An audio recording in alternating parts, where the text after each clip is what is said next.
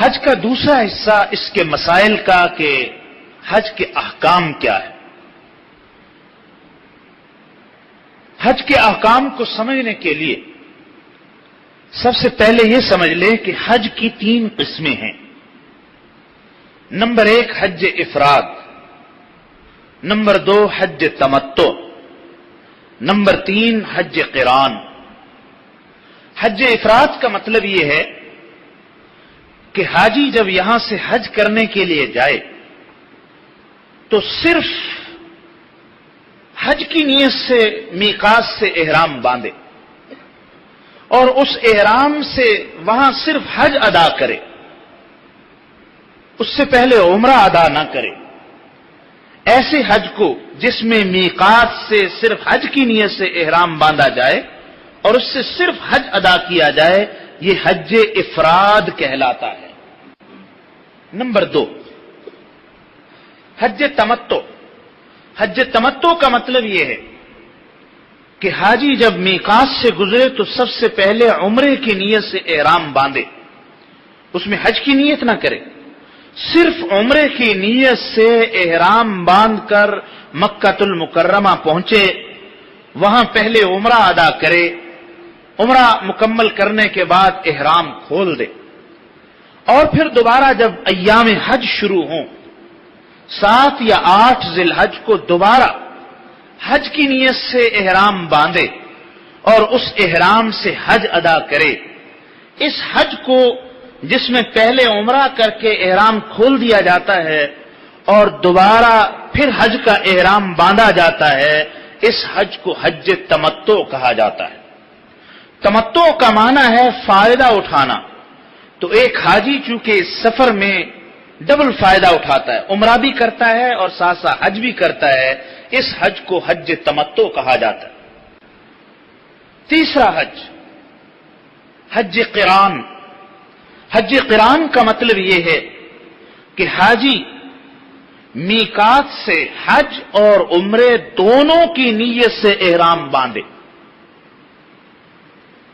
اس کا یہ احرام عمرے پر بھی مشتمل ہے، اس کا یہ احرام اور نیت حج پر بھی مشتمل، اور پھر مکہ المکرمہ پہنچ کر عمرہ مکمل کرنے کے بعد، یعنی طواف اور صفا مروہ کی سعی کرنے کے بعد جب احرام کھولنے کا موقع آئے، حلق کروانے کا موقع آئے تو حلق نہ کروائے، احرام نہ کھولے، اسی احرام سے پھر آگے حج بھی ادا کرے۔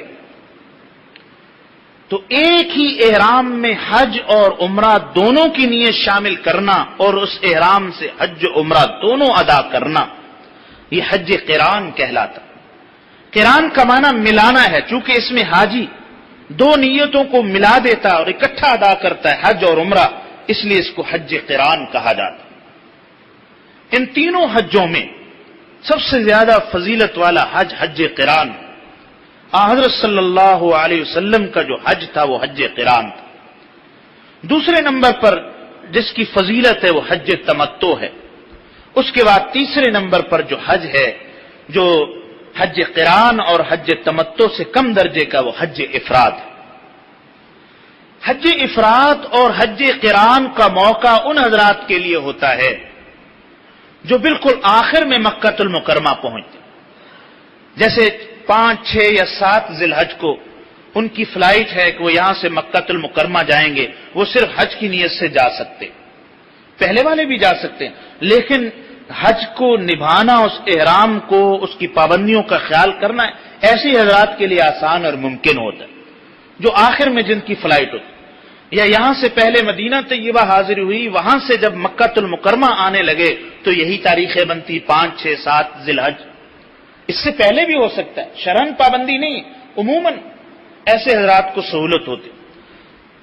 تو حج افراد اور حج قران، کیونکہ حج قران میں احرام کھلتا نہیں، اس لیے اس کی پابندیوں کا مسلسل خیال رکھنا پڑتا ہے، اس میں مشقت زیادہ ہے، پابندیاں زیادہ ہیں، اس لیے جو شخص احرام کی پابندیوں کا خیال رکھ سکے اور اس کی مشقت کو برداشت کر سکے، اس کے لیے حج قران افضل ہے، ورنہ ہمارے حضرات، ہمارے اکابر، وہ عام طور پر حج تمتع کا مشورہ دیتے اور عموماً حاجی حضرات حج تمتع ہی ادا کرتے ہیں۔ یعنی پہلے عمرہ کر کے اپنا احرام کھول دیتے ہیں، پھر حج کے دنوں میں دوبارہ احرام باندھا جاتا ہے. اس حج کو حج تمتع کہا جاتا ہے.